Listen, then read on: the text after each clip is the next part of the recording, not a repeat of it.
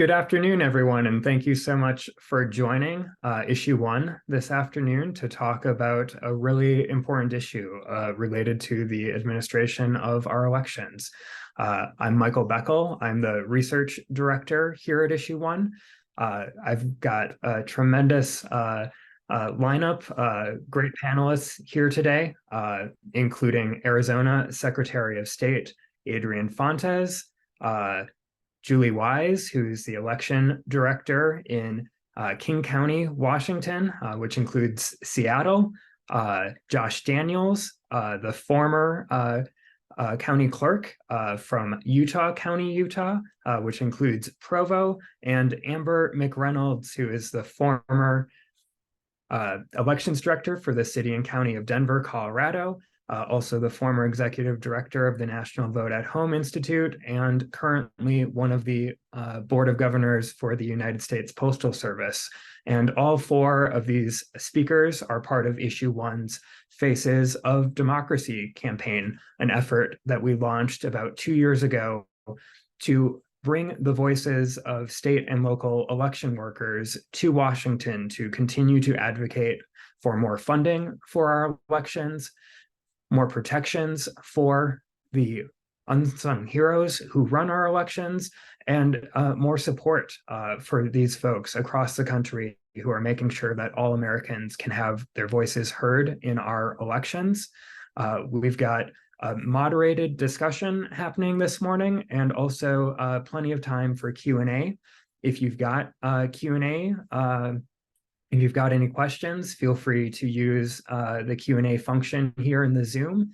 And I'm going to kick things off sharing some findings from a report that issue one published this fall about the turnover of election officials that we've seen since 2020.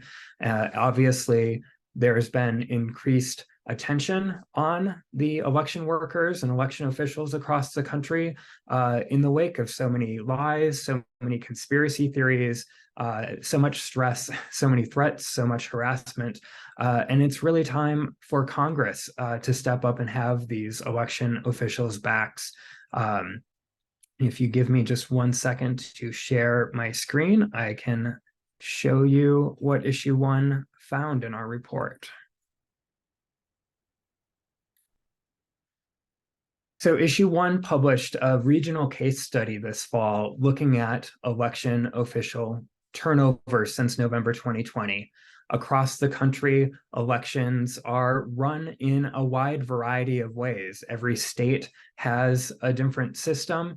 There are similarities across some states and differences in others. Across the entire country, there are about 10,000 local election officials, and half of them are in Michigan and Wisconsin, where you've got township clerks and municipal clerks and county clerks who are all involved in the process.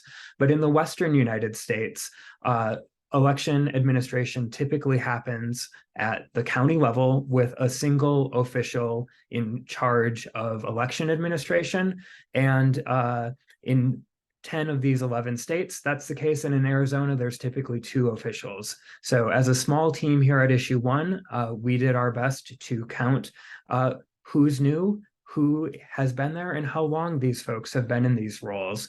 And we found that across the Western United States, roughly 40% of counties have at least one new chief local election official since the November 2020 election. In pivotal battleground states in the presidential race, including Arizona, more than 80% of counties have at least one new local election official. In Nevada, 60%. In Utah, almost 60%. So this is a trend that's affecting red states and blue states and purple states alike. We looked at what portion of Americans are seeing their elections run by new officials. Again, the 40% of counties is the baseline, but because some counties have more people than others, places like Arizona and Nevada, again, nearly all of the residents of those states are seeing their elections run by somebody new from 4 years ago.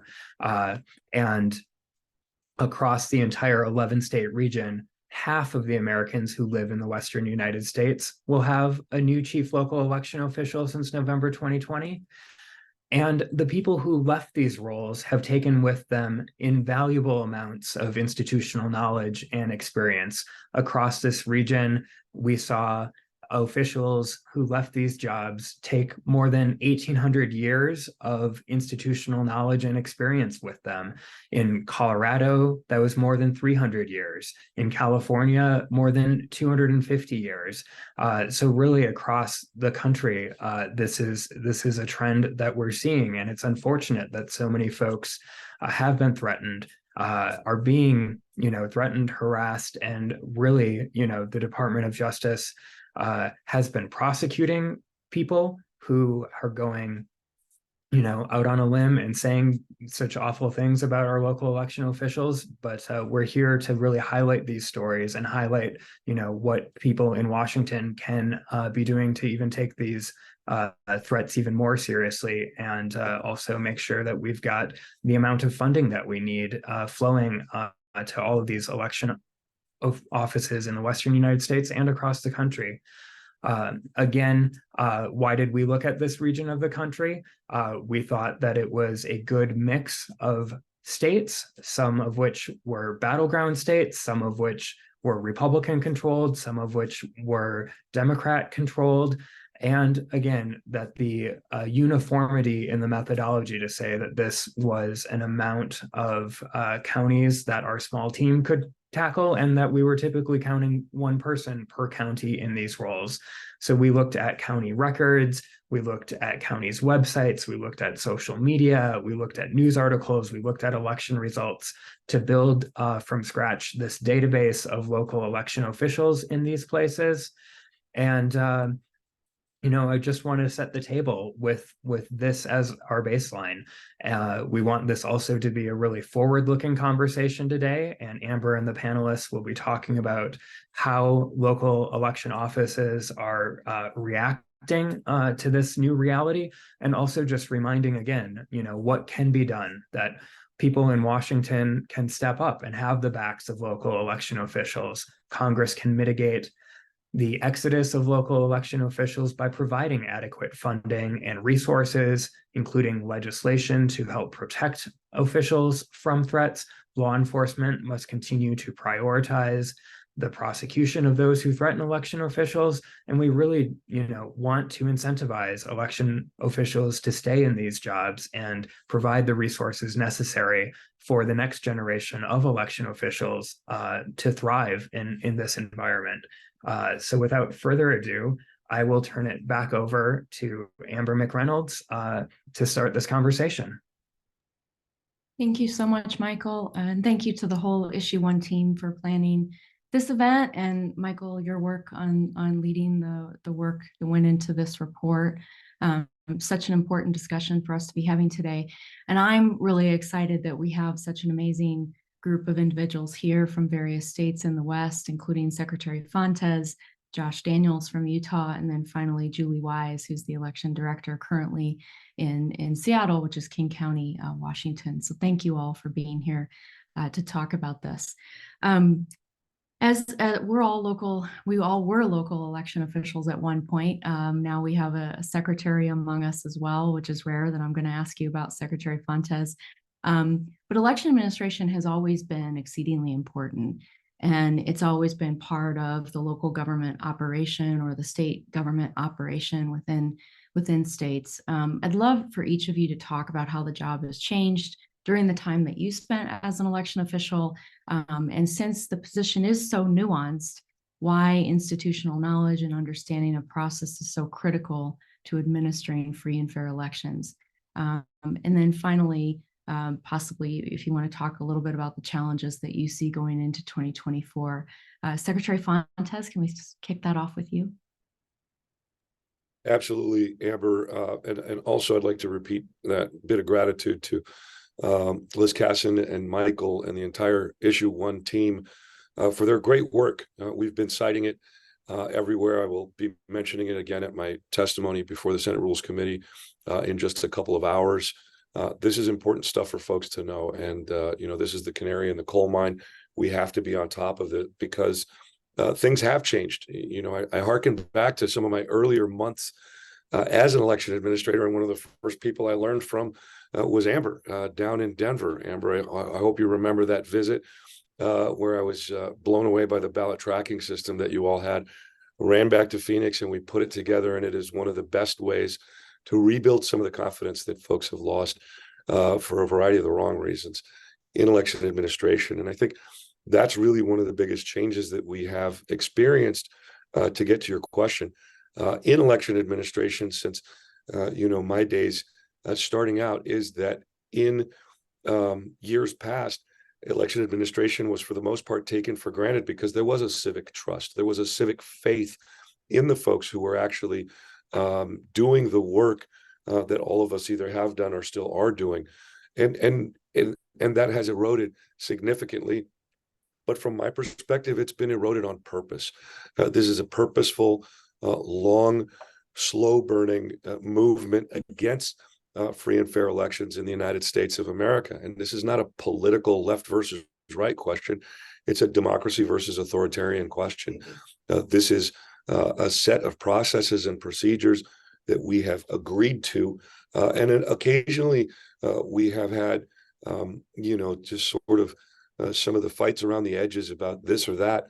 But we've never experienced in this country the dampening of the faith that Americans have in other Americans in the execution of these particular duties. And as to the nuances, it's very nuanced. It is very complex, the running of elections. I look back at my experience in the Marine Corps, and we had different specific jobs, and it was pretty siloized. If you were a logistician, you were over in logistics. If you were a planner, you were in planning. If you did admin stuff, you were in admin, and so on and so on. You got to do it all here. And it's pretty complex. So the notion that experience matters is so much more prevalent here in the world of election administration. Now, you know, we tried this so many years ago and it didn't work out with this set of folks over here. Maybe something as easy as polling places, maybe language challenges on some indigenous reservations. Maybe it was a particular access because of, oh, wait a minute, we know that there's a freeway being built through these areas. So, you know, the local knowledge, historical information, context at the space where we operate within our communities is incredibly important. Those things matter. That experience and know-how matters. And so, yes, it has changed. Yes, it is very nuanced. And that's why this experience is so critically important and the losses are so hard felt. Thank you, Secretary Fontes. And I want to highlight too, you mentioned this briefly, but Secretary Fontes, just for the audience, is one of the only secretaries elected currently nationwide that was a local election official first. And I think there's so many of us that talk about this a lot, but getting that localized experience and then going on to the state level is so valuable for your role as Secretary of State as well. Julie, I want to turn over to you. Secretary Fontes mentioned the notion of civic trust, and I'd love for you to share. You've done amazing work in King County on a lot of these processes, improving things over time, providing more transparency. I'd love you to talk a little bit about the what you're doing to build that civic trust and increase faith in the process in King County. Thanks, Amber. And again, I'll also thank you. Thanks to the Issue 1 team. It's great to be with you all this morning. I'm signing in from Seattle. Certainly, we've made it our mission here that we identify those areas that are most underserved and marginalized in our communities, because they are also the same communities that we see the lowest turnout in. So we've been really unapologetic about targeting communities that are not participating in democracy. And we do that with a voter education fund, which is the first of its kind, a philanthropic government nonprofit partnership where we're putting real dollars to community-based organizations that are already trusted leaders in their respected communities, right? So how you engage the Somali community is different than how you're going to reach, low-income youth.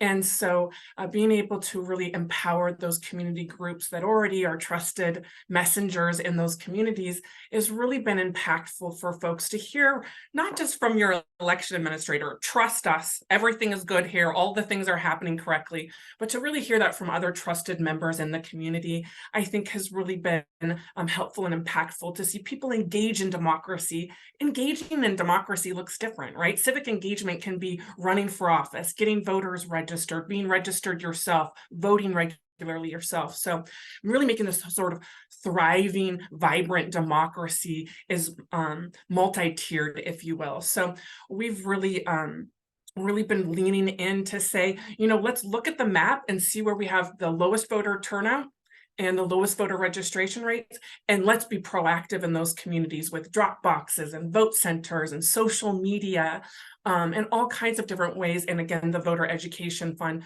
to really hit into those communities. But as Secretary Fontes said, we're seeing, since 2020, I have 23 years of election experience. Since 2020, the tone and volume of the conversation around election administration has changed dramatically.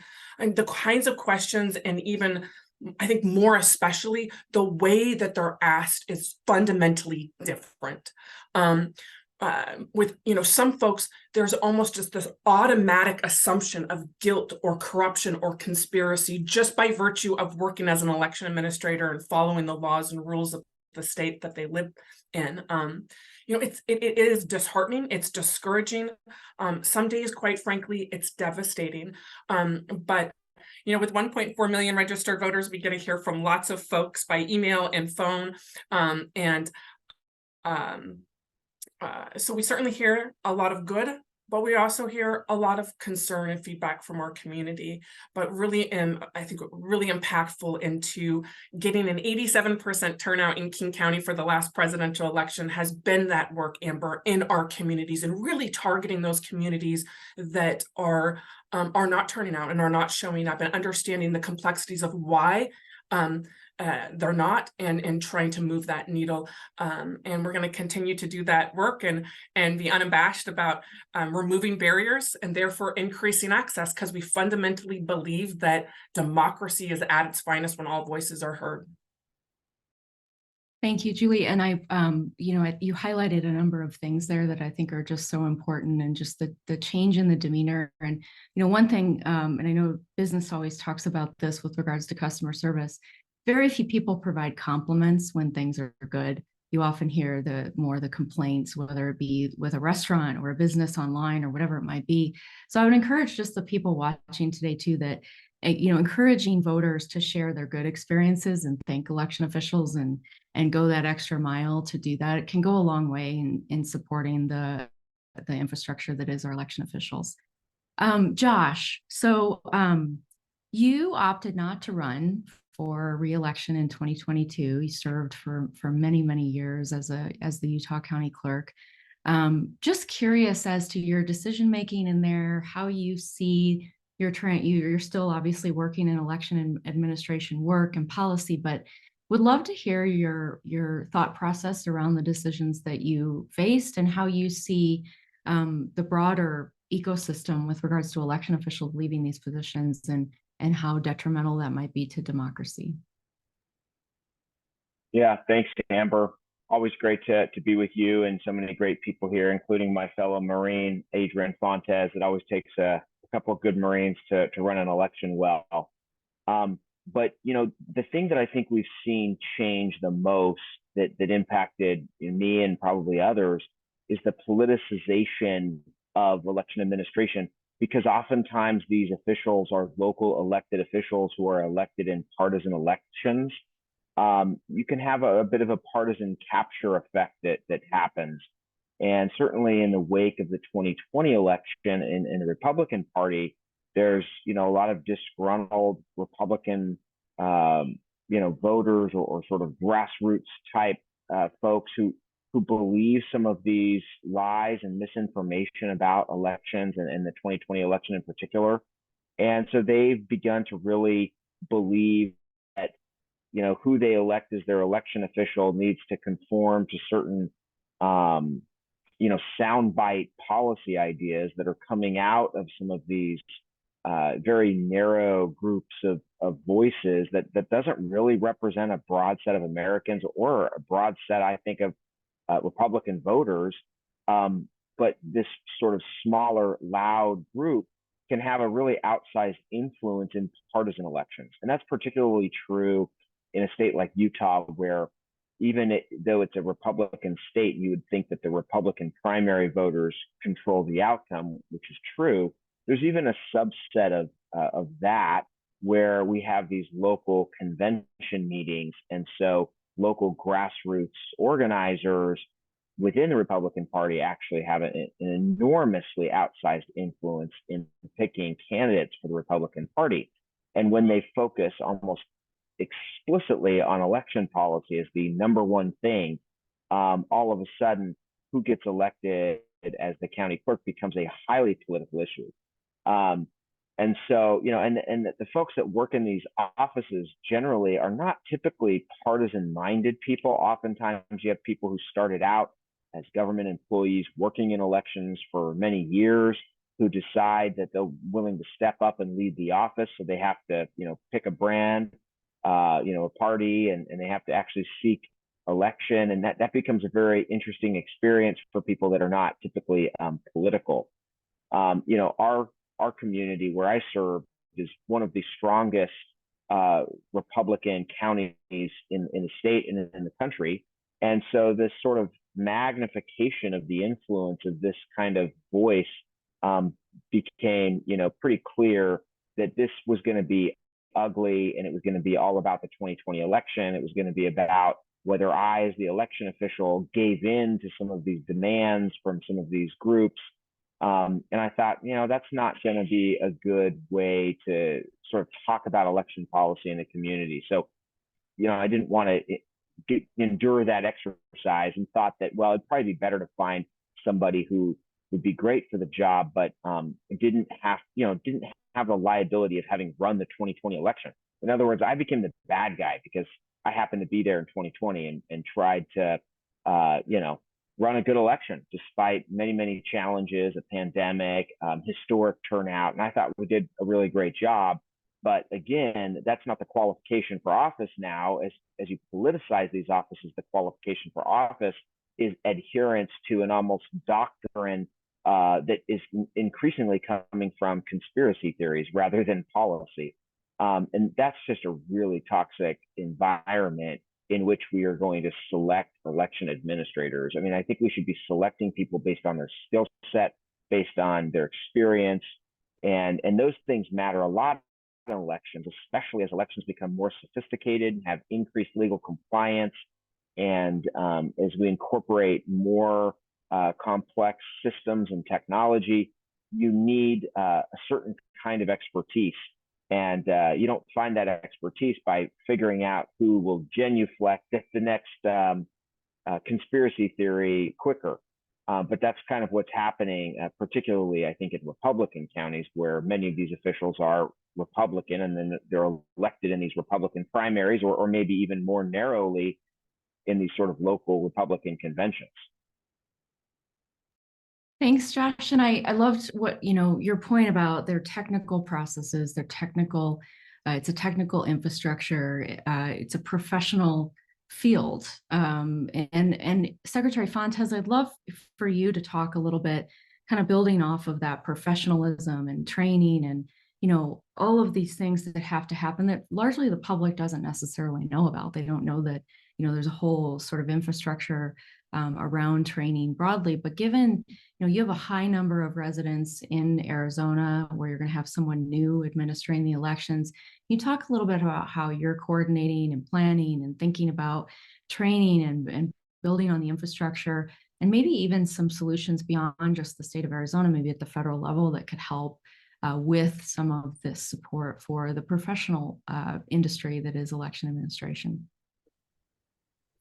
Well, I'll start with the second part of that, and that is, I think the one critical component here that is at the base of just about every government operation is the fact that, every state in the union has federal candidates on federal ballots under federal rules that send folks right? They're taking up real estate on our ballots, and there is zero sustained federal funding for this clearly federal exercise. And while the Help America Vote Act will give us some money in fits and starts across the states, that lack of sustained funding at a predictable level that we can use to plan properly, as we need to do, because anybody on this call knows, elections don't get planned 2 or 3 months out. They get planned a year and a half or more out. That, I think, would be one of the biggest and most important solutions that we could come up with, is to get Congress to pay for the mechanism that gets them to Capitol Hill in the first place. As far as the training and stuff is concerned, what we're doing locally, and folks can do, and I think many states do, in a variety of different forms, is we have a pretty intensive election official certification program, and only folks who have the certification that's handed down from the Secretary of State's office in Arizona are eligible to handle ballots, for example. And that's a really important part of the puzzle. So we've got those folks across the state with that particular set of training. We do other training as well for a lot of the other folks, but that's one of the important things that we do. Arizona also, as we know, everybody does it differently. We're a bottom-up state, like a lot of the states out west. I don't run all the elections. The counties run them. We're more like a regulator. The Secretary of State in Arizona is like the commissioner of the NFL. We establish the rules, tell you how big the field is, and y'all get to call the plays out there in the counties. But one of the other things I think that could be critically important that we do in Arizona, I know a lot of other states don't, is we have this thing called the Elections Procedures Manual. And that manual is a Secretary of State interpretation of the statutes, so that across the state, all of the election administrators have a rule book from which they can call their plays, from which they can make those decisions. And the fun thing in Arizona, for example, is, Maricopa County is the second largest voting jurisdiction in the United States of America, behind only Los Angeles County in our number of voters.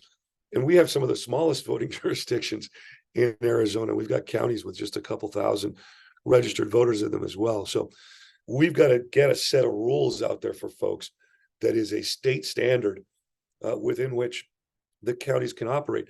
That standardization is a portion of the professionalization that you speak of. And it's partially the certification and training. It's partially the standard rule book that we work out of. And then, we do a lot of other stuff. I've instituted monthly security briefings. We have a lot of that information going back and forth through all of our election officials in the state of Arizona. And we are organizing a tabletop exercise in conjunction with CISA under the Department of Homeland Security and several other state, federal, and local law enforcement officials, so that we can have a live exercise where election officials can in real time react to scenarios that get thrown at them. So it's really about training, preparation, standardization where appropriate. We don't want to micromanage, especially in a state where, I don't actually run the elections, but we want to make sure that our folks have sort of that equipment necessary, whatever the format that it takes. So there's a lot of pieces to the puzzle. And we're really excited also to be working with other federal partners. The issue one information that came out is great, but we've also engaged with folks at the election group, the Bipartisan Policy Center, and other national spaces. Of course, the EAC, we pay a lot of attention to what comes out of there so that we can have this boatload of information that we can push to our elections officials out there, and they can keep up, just like attorneys, I'm an attorney, do with continuing legal education. Our election officials can have this reference space where they can go learn more, figure more out, and then continue to up their own game as we move forward through this.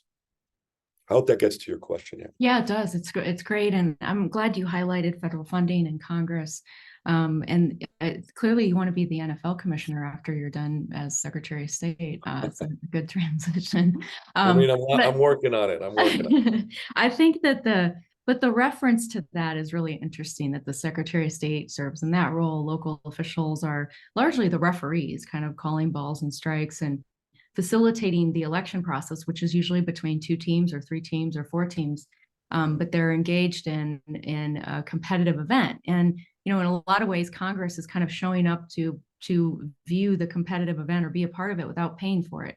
And it's all falling on the local and state jurisdictions, which is a heavy burden to carry in this environment. You mentioned cybersecurity, you mentioned all of the additional complications that have come up for election officials, and without that federal funding, without that federal support, becomes very difficult for election officials at the local level.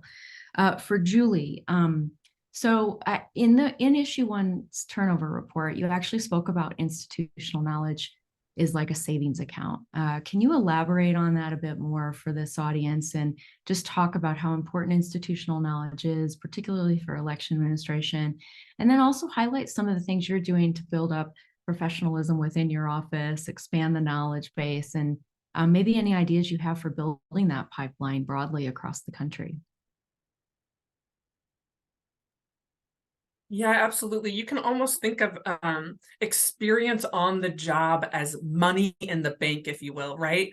When a savings account has too little in it, emergencies become so much more difficult to handle. That lost institutional knowledge is going to increase the likelihood of human error.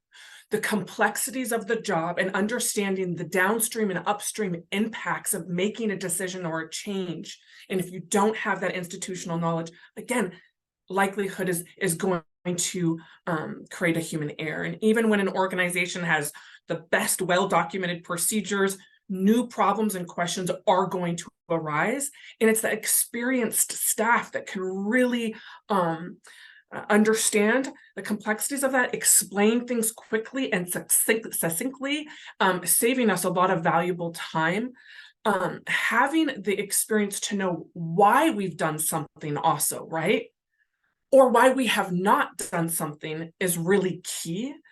The why is not always translated into documentation, right? When you're busy and you're processing elections and you come up with these decisions and these policies, don't always necessarily translate into a documentation.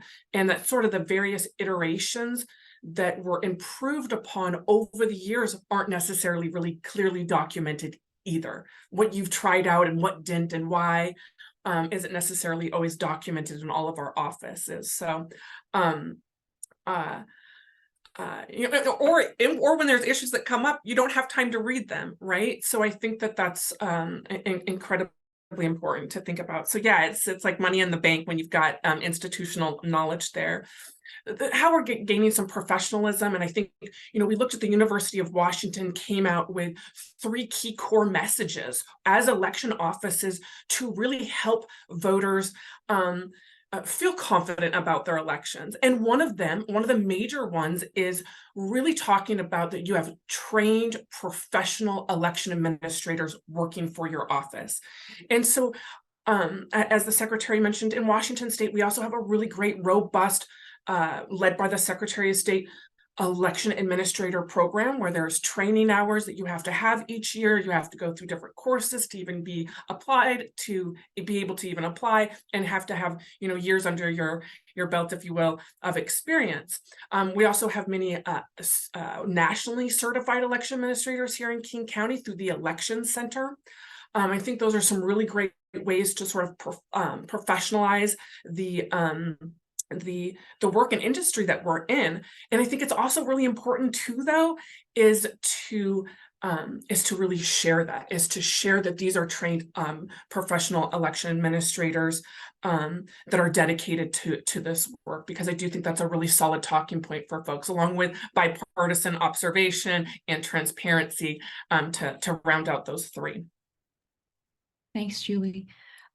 For Josh, you mentioned being a Marine, and I know Secretary Fontes was also a Marine.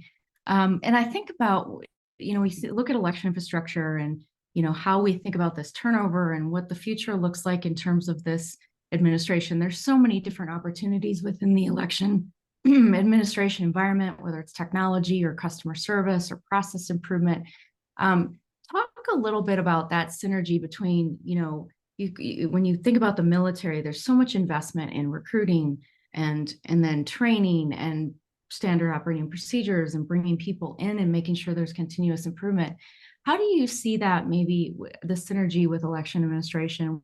What are some of the things that maybe could be utilized from that experience in the military for this environment with election administration?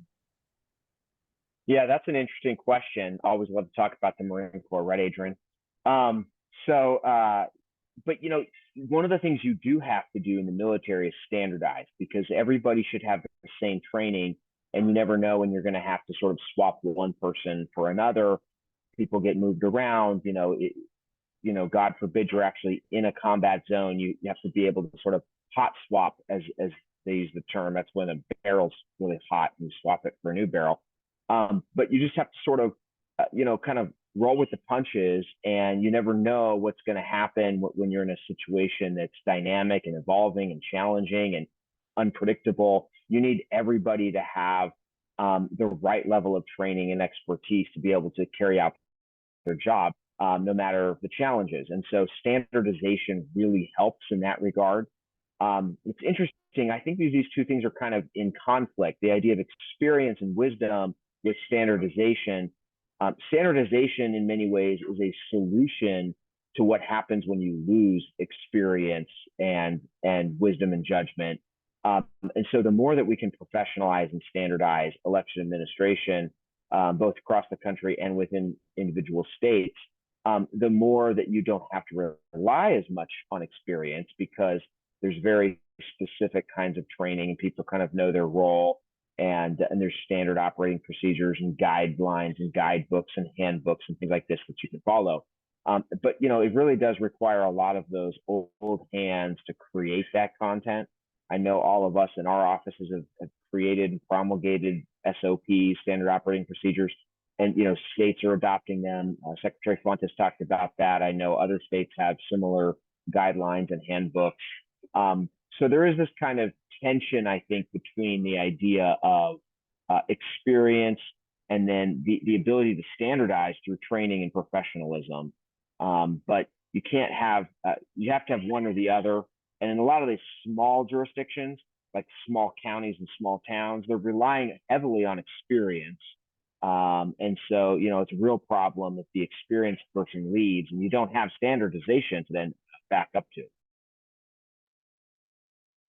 Thanks for that, Josh. And one other, I guess, for the entire group, elections have been deemed critical infrastructure. They were right after the 2016 election by President Obama, first time in our nation's history where election administration was deemed critical infrastructure. And yet it's the most underfunded. When you look across the board at what is critical infrastructure in our country, it is largely underfunded compared to everything else. And it certainly doesn't get the same level of federal support that other industries and other avenues that have been deemed critical infrastructure do. Secretary Fontes, you mentioned this, but I'd love all of you to maybe talk or give examples for the audience of where funding could be applied if the federal government did provide more consistent funding, how that would improve your operations, what you'd use it for, how it might be applied broadly. Secretary Fontes, we can start with you. Thanks. Yeah, if we had sustained federal funding, which I think we ought to have, particularly because of the critical infrastructure designation, we'd be able to, for example, plan ahead for updates in critical technology. So the servers in my office, for example, since January, we've updated, 9 or 10 out of the 19 that we have. Much of that update should have happened 11 years ago on some of them. And so being able to plan out that work, not just on critical information technology spaces, but in your physical spaces for actual buildings, for security in those buildings, you can plan out better who you're going to be hiring, how much you're going to be paying them, where that's going to be working. Think of everywhere that, and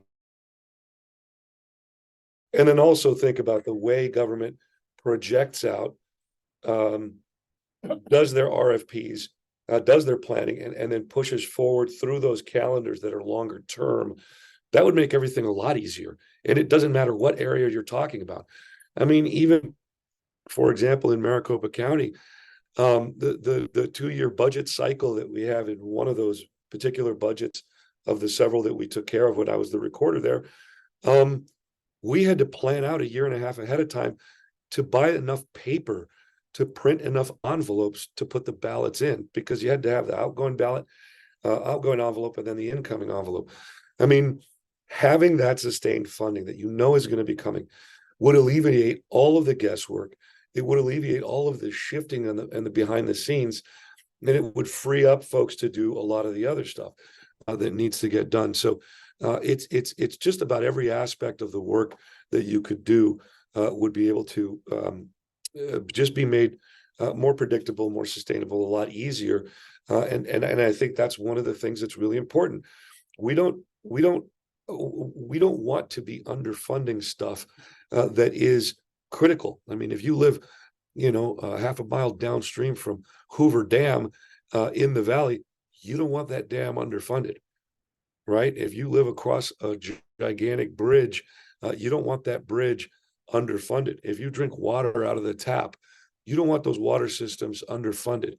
Elections are critical infrastructure, just like our roads and our bridges and our dams and our water systems. And we've got to pay attention to them in the same way. Otherwise, we're just kind of paying lip service and putting fancy monikers on things. We've got to have that follow through from the federal government. And I could go on, but I'd love to hear, what the rest of the folks have to say. Thank you, Secretary Fontes. Julie, how about you? Your perspective here.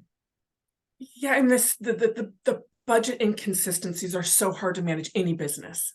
I mean, if any business was asked to sort of run a business that way, they wouldn't be successful. I know in King County, I can share that during the presidential election year, we were having a budget shortfall here in King County, and my department has asked to come up with $1 million in cost savings during a year when we have the most need for resources and money. So that continual inconsistency of having money is really hard to run any sort of business. It certainly doesn't allow you to be innovative. Right? If we want to be innovative in elections and we want to be thinking about, strategic visioning of what elections looks like for our future in 5 years and 10 years and 15 years, you don't have any resources to do that. You're barely getting by just to run elections accurately, right?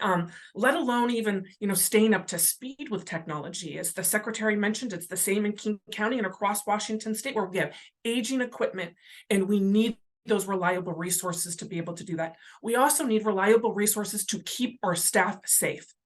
My number one priority going into next year, and frankly this year, is keeping my team safe.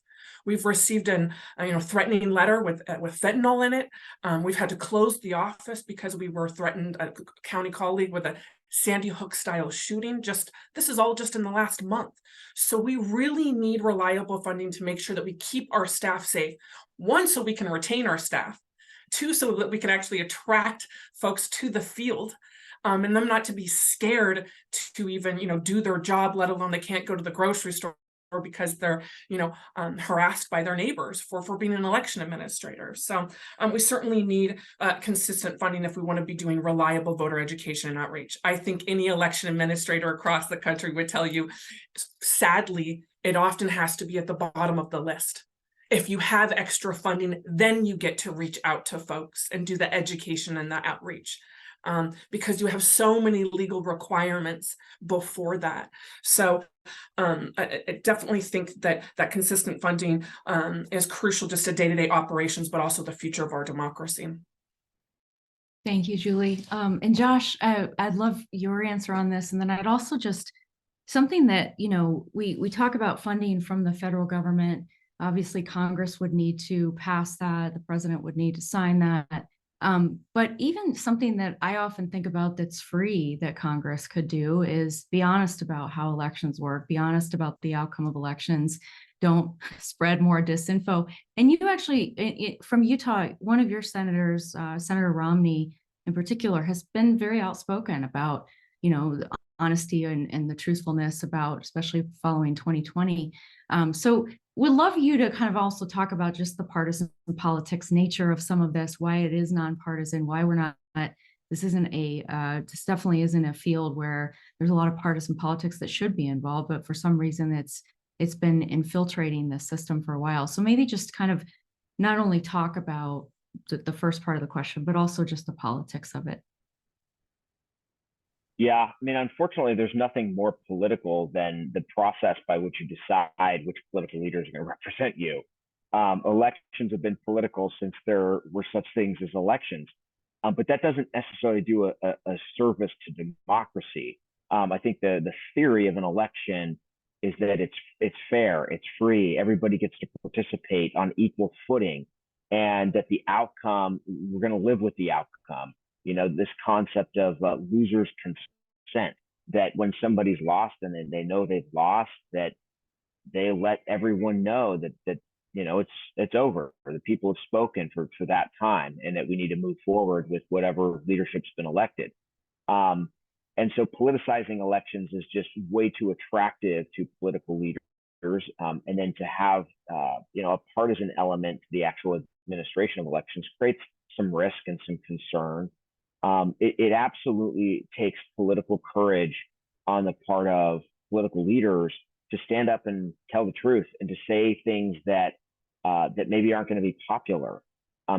They don't get rewarded for this. There's no incentive to do this. I mean, everybody who knows anything about public policy or has had some experience has had an experience where a policymaker will tell them sort of off the record something entirely different than what they might say on the record, because of the political incentives to sort of pander, if you will, to their particular audience or base. And so, you know, a real statesman, and I think Romney is channeling this, is willing to sort of speak truth to power. And we do need to ask our political leaders to do more of that. And I think that that's not as hard when you're talking about election administration. This is something we can all agree on. Democracy is important. Everybody has a right to vote. We should have free and fair elections that are run efficiently so that everybody can participate easily and in a way that everybody is enfranchised and has the opportunity, and that the votes are accurate, and that the right winner is truly the winner that the people selected. This is not a hyper political issue or a hyper partisan issue. I think that that our political leaders need to stand up for the very infrastructure of democracy. Sure, they can argue about policy and where to spend limited funds and whether to collect more funds or less funds, all the things that Congress argues about. But let's not argue about the very infrastructure of democracy unless there are real concerns. And elections have not been perfect over the years. There are issues, and there's room to trim and to improve. But then that gets to the resource issue, is that all of these local election jurisdictions are under federal regulatory mandates to run elections, certainly in federal years, that comply with certain federal guidelines. And yet they have very different resources to do that. And thus you have very different outcomes. And most often when there are problems with elections, it's human error, or it's under-resourced elections ultimately that leads to the biggest problems. And so that's a really important issue that needs to be solved. I know that in our jurisdiction, we had a real major problem before I took office, where it was really a resource issue. And that resource issue led to bottlenecks at the polls, which led to long lines, which led to people not voting who would have voted, which likely led to a different outcome in a congressional race than would have happened had everybody voted. I mean, that's a major consequence to an election mishap that was fundamentally a lack of resources in a federal election. So, I mean, we should talk about those things and not give air and oxygen to conspiracy theories and things that are undermining people's faith and confidence in the infrastructure of democracy that many of us have been involved in operating. Thanks, Josh, and thank you all for your answers on that. We're going to move to Q&A, and this is again another example of why election officials are so awesome. They've all been answering or starting to respond to questions in the Q&A. I can see everybody kind of responding to it. I think some of the questions have also been covered, but Liz, if you could tee up a couple of questions here, and we'll see if we can get through as many as we can here before the end of the webinar. Yeah, thank you so much, Amber. And to everyone attending, please feel free to continue adding questions into the Q&A feature. We will do our best to get to them in the next 10 minutes or so. Secretary Fontes, we have a question from you from Frederica Schouten with CNN. Can you talk about the turnover? How many top county election officials have left? Has the pace changed? Do you see this as an emergency, and how else would you describe this? Well, look, I don't know that I have the capacity to declare an actual emergency because there might not be a legal impact there. But if I could, there's a very high likelihood that I would. In Arizona, 12 out of our 15 counties, as the issue one report indicates, we've lost top election officials. And it's not just the fact that they left. One of them left because he didn't get reelected. That was me. But one of them left because both of her dogs were poisoned as a means of intimidation. So this is a significant issue.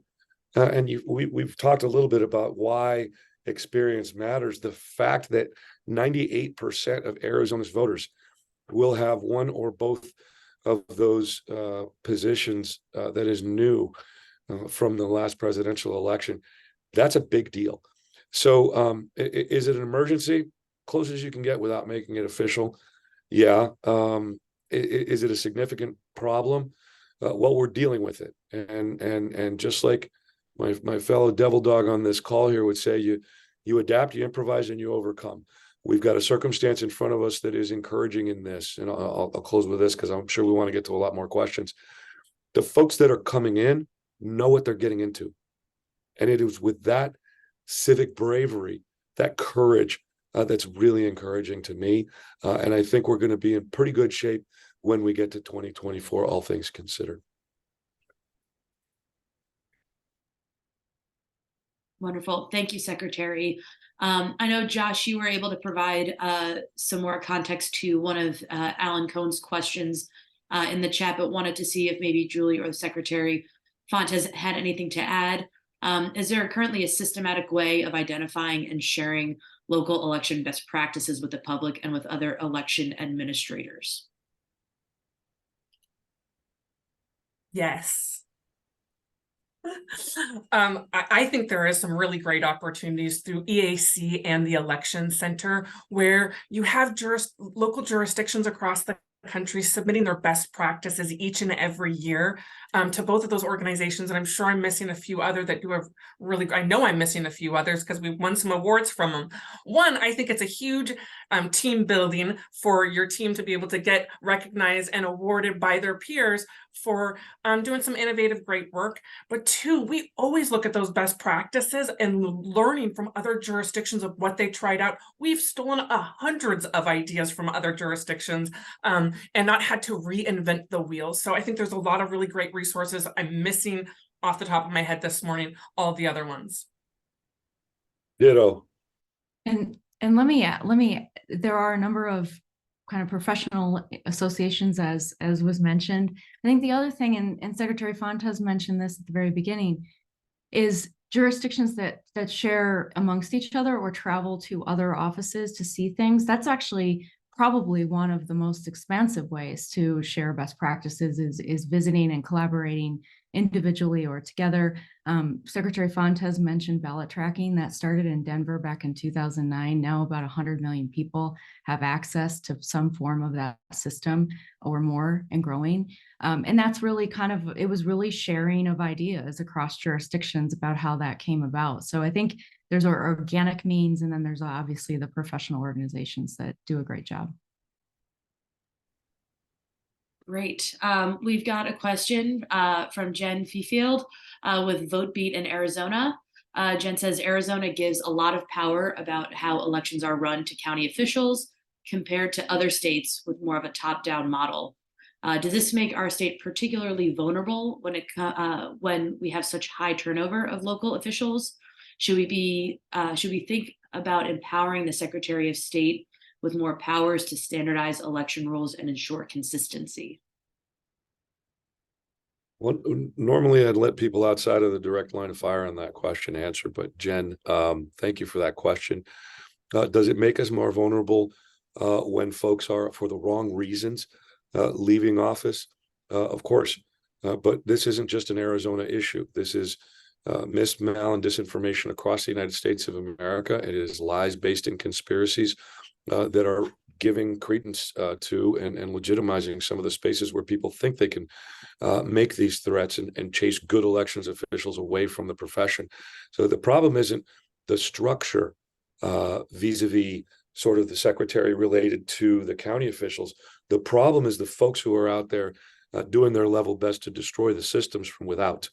It is those folks to whom the blame must be placed, those folks who want to destroy our democracy because of the conspiracy theories. And so we wouldn't have this issue. We wouldn't have this turnover, and that perceived weakness wouldn't exist if Americans would just act like Americans and deal with their issues in a civil manner instead of using threats of violence and violence against civil servants who are just doing their jobs.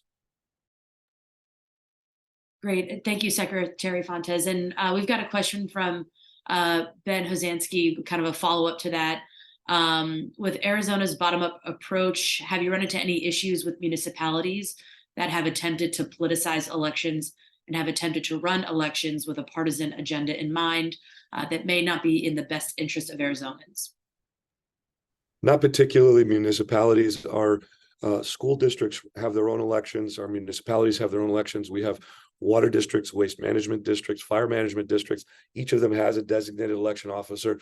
The vast majority of all of the actual work goes through our 15 county election officials, even if those districts cross over more than one county. So the actual administration of the elections on the ground are really reserved to the counties, not so much to a lot of the municipalities. I think there's only 2 cities left, Phoenix and Tucson, that have their own election departments, and they work very, very closely with the county. And their folks are also part of our Elections Officials Association, and they are participants in all the training that we do as well. Wonderful. And I know we are coming up against time, so maybe one final question for everyone to answer. And Secretary, I know you've got to run over to the Hill for a hearing, so maybe we can start with you. Dan Sells put in the Q&A, thank you for all for your time today and your service. What can people do on this call to support you on this crucial issue? Secretary, we can start with you. Speak the truth, like Josh mentioned, Senator Romney did. Put the blame where it belongs, on the folks that are lying. Call them out. If you see fascism, call it fascism. If they don't want to be called fascists, they need to stop acting like it. Call out the authoritarian tactics of undermining one of the most important pieces of our democracy. Don't cower in the face of potential blowback. We need to be aggressive and assertive in the defense of our democracy to protect the systems that have gotten us here, and stop worrying about their feelings, because I guarantee you, they don't give a tinker's darn about yours. Great. Julie. I just add, oh, I love that. It feels bad to even add anything to that. Is call Congress. Call Congress and ask for, mobilize your community and your friend network and social media to mobilize folks to call Congress and ask that we get reliable, consistent funding, and to protect our election administrators across this country. And also, I agreed, help us in the war against malinformation on elections by always going to the truth, which is the Secretary of State, which is your local election administrators. If you see things online, is to combat it with the accurate information and citing the reliable resources that folks should be going to, because you can't believe everything on the internet. I know, it's a shocker, but you can't. Josh, you want to bring us home? Yeah, I mean, and to bring it home quite literally, the other thing that you can do is contact your local officials, your county clerk or equivalent, your county commissioners or equivalent, your state legislators, and tell them that you don't believe these conspiracies and you expect them to dismiss them when they are bogus. They're not hearing from the broad majority of Americans. They are instead hearing these very loud, angry voices who live in a very weird echo chamber. And for those of us that have ventured into that echo chamber and explored those rabbit holes, it's a weird place, and it's a problematic place that is increasingly the tail wagging the dog that is our democracy itself. And so if you as an average person with some sanity and some understanding of what is and isn't true, if you're not stepping forward and speaking out, somebody else is.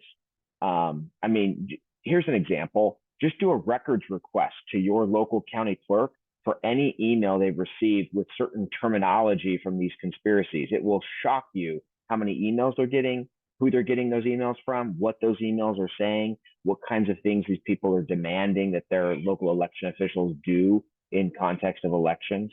It's pretty fascinating.